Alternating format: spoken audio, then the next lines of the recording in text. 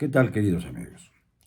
Voy a leer una lista que tiene que ver con este año 2022, cuando se dice que se está controlando todo y que el presidente lo sabe todo. José Luis Gamboa Arenas, Veracruz, 10 de enero, murió por la libertad. Margarito Martínez Esquivel, Tijuana, 17 de enero, murió por la libertad. María de Lourdes Maldonado López, Tijuana, 23 de enero, murió por la libertad. Roberto Toledo, Zitácuaro, Michoacán, 31 de enero, murió por la libertad. Marco Ernesto Isla Flores, Tijuana, 6 de febrero, murió por la libertad. Héctor López Vázquez, Salina Cruz, Oaxaca, 11 de febrero, murió por la libertad. Juan Carlos Muñiz, Zacatecas, 4 de marzo, murió por la libertad. Y ayer, Armando Linares, en Zitácuaro, Michoacán, muy cercano, por cierto, a Roberto Toledo, 15 de marzo, murió por la libertad. Son los periodistas asesinados durante este año, mientras se habla de que ya el presidente, que lo sabe todo, ha controlado y ha pacificado al país, cuando es todo lo contrario. Si leyéramos las ejecuciones que se han dado, ya no del gremio periodístico, sino de todos los mexicanos, nos daremos cuenta de la brutalidad, de la terrible brutalidad que existe en nuestro país. Fíjense, un organismo internacional ha señalado que de las 10 ciudades más violentas del mundo, 8, las primeras 8, están en México. Desde Zitácuaro, en donde ayer asesinaron a nuestro colega Armando Linares, hasta Ciudad Juárez, que ya es como un referente y aparece en 8º lugar de la lista de las 8. Esto es verdaderamente lamentable, porque la autoridad no se fija en lo que está haciendo y no hace nada, con una negligencia absoluta, para defender la integridad de los periodistas. Ya hemos dicho que el famoso mecanismo para la protección de los periodistas es más bien un localizador para ubicar a los periodistas en riesgo y no tanto para defenderlos, porque el procedimiento de localización se lleva tantos minutos como para que los que ponen en riesgo la existencia del periodista se tomen la vida de éste. Y ya llegarán los investigadores al lugar del crimen, la escena del crimen, para nada más referir que llegaron. Pero la vida ya no estará dentro del cuerpo yaciente de nuestro colega, de alguno de nuestros colegas. Yo no sé cuántos muertos más se van a dar en el gremio periodístico este año. A mí me duele profundamente, pero es el presidente de la República el responsable. Si él no jaló el gatillo, sí ha creado el ambiente de linchamiento brutal contra todos los que ejercemos el periodismo. Y por eso yo acuso al presidente López Obrador. Porque hoy mismo en la mañanera volvió a referirse a los ingresos de mi hijo Carlos. Hizo el ridículo, porque se supo que en una carta privada la empresa miserable esta de Televisa dijo que no había ninguna remuneración que hubiera dado al periodista, y mucho menos por 11.200.000 pesos. Entonces el presidente, lejos de aceptar la carta de Televisa, aunque dijo que tenía que reconocer que no era por ahí el ingreso del periodista al que me referí, se inventó vergonzosamente la idea de que podrían ser otras empresas, algunas incluso filiales de Televisa. O sea, es obcecación, terquedad, soberbia, absurdo, las que pudieron haber sido las que facturaron a favor de Carlos.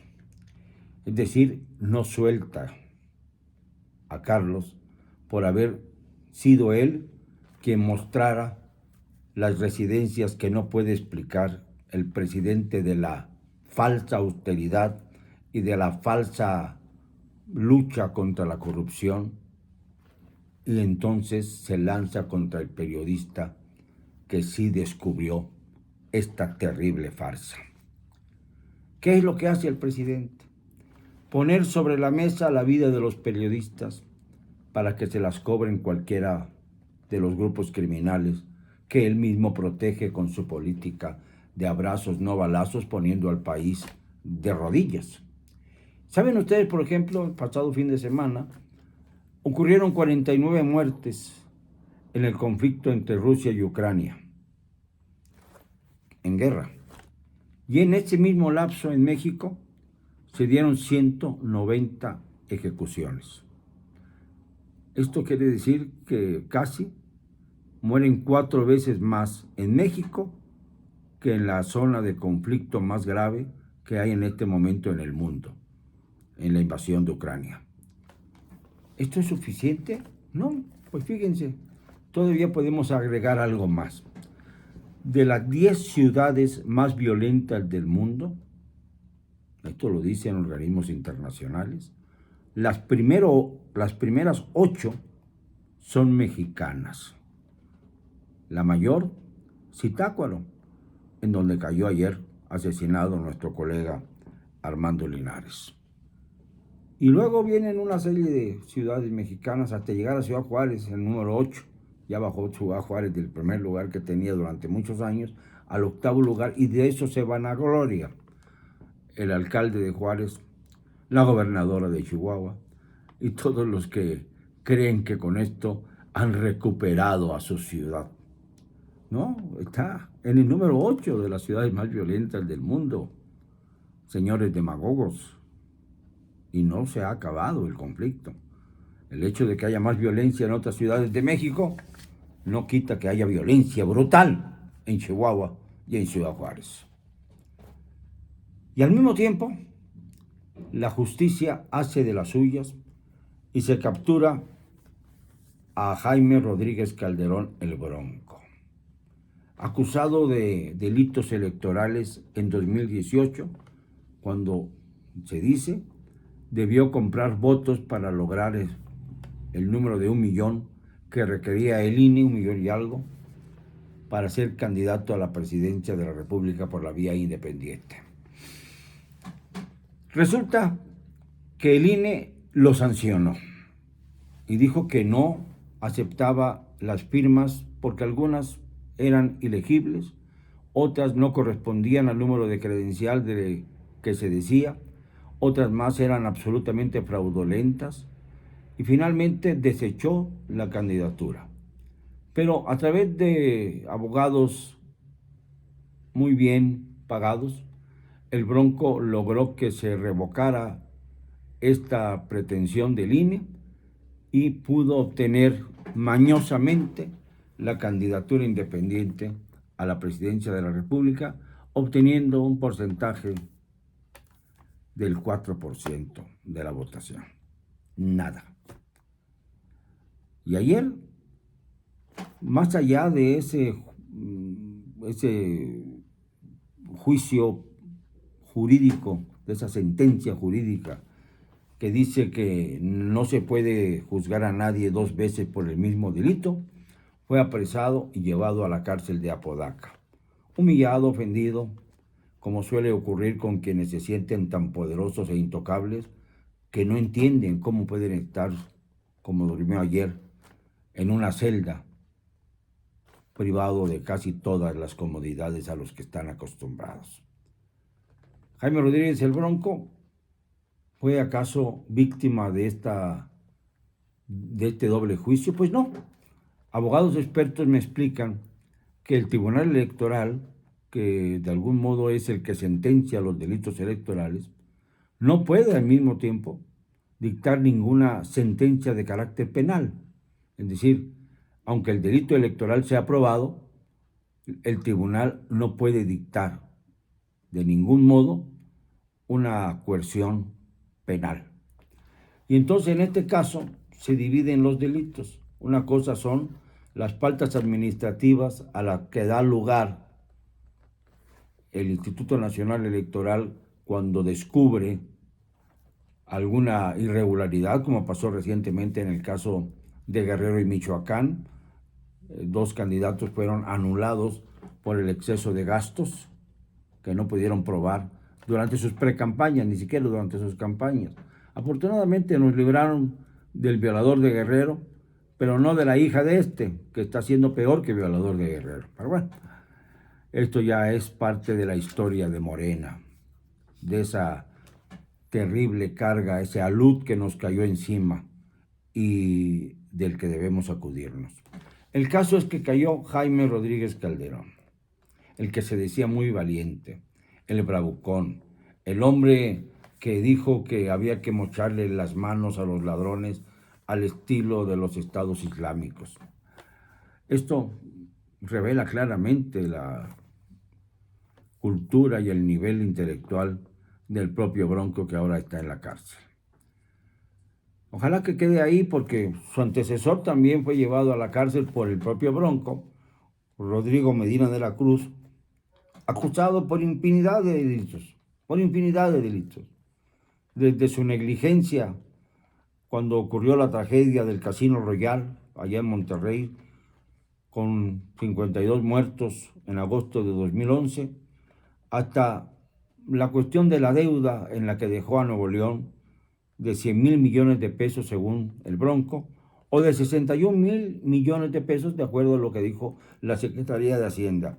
Pero además hubo el caso Kia Motors, hubo la operación Tornado, hubo una serie de situaciones que eran absolutamente claras de la ingente corrupción de este personaje, quien fue detenido al fin el 26 de enero de 2017 y llevado a la prisión de Topo Chico, en donde estuvo nada más unas cuantas horas, porque se habló de que los abogados habían logrado sumir a los jueces dinero de por medio para que pudiera salir de la prisión. Vamos a ver qué pasa ahora con el caso del Bronco. Vamos a ver si va a durar en la cárcel, o vamos a ver si esto nada más es una de las múltiples operaciones mediáticas de el señor gobernador actual de Nuevo León, Samuel García, y de su esposa influencers, que son una pareja terrible en cuanto al manejo de las redes móviles, que se las saben de todas, y que por ello pues han dominado el escenario para cubrir de lodo a Jaime Rodríguez Calderón, al que jamás me atrevería yo a defender. Sobre todo porque, más allá de los delitos electorales, dejó a su estado en condiciones muy adversas y además con muchos pendientes y muchas denuncias por cumplir. Vamos a ver si la justicia hace lo propio, porque ya son varios los gobernadores que entran a la cárcel y salen casi de inmediato. Y también son varios aquellos que están todavía en los Estados Unidos y que no han sido extraditados, porque los Estados Unidos le perdieron la confianza al gobierno de México cuando extraditó al general Salvador Cienfuegos, y este fue puesto en libertad casi de inmediato. Entonces dijo Estados Unidos, la justicia de Estados Unidos, que hay que tener cuidado con lo que se hace en torno al tratado de extradición que existe entre México y los Estados Unidos. Y por eso ahí permanecen personajes como Genaro García Luna, que ya tendría que estar rindiendo cuentas en México por todas las barbaridades que cometió. Y está también Tomás Yarrington, el gobernador de Tamaulipas, César Duarte Jaques, exgobernador de Chihuahua, y otros más que permanecen al arbitrio de la justicia norteamericana y que sin que se pueda extraditarlos, porque no quieren ser extraditados a México bajo ninguna circunstancia y cueste lo que cueste. Y claro, como México, el gobierno de México ya perdió la confianza de las autoridades estadounidenses en este sentido, pues vamos a esperar años a que se realicen las extradiciones. Y mientras tanto, Se crea el clima de linchamiento contra los periodistas que nos atrevemos a informar de estas cosas. Se crea el ambiente propicio para que se proceda contra nosotros, valiéndose de un movimiento absurdo que llaman mecanismo de protección a los periodistas, que no es más que un localizador de los periodistas, porque no sirve para evitar que se les afrente, sino para saber que ya se les afrentó. Es, sí, un localizador, no una protección. Y México todavía piensa que puede ser una trampa no ir a votar en contra de López Obrador. Señores, la trampa es dejar las cosas como están. Eso sería una trampa. Eso sería ignominioso para todos.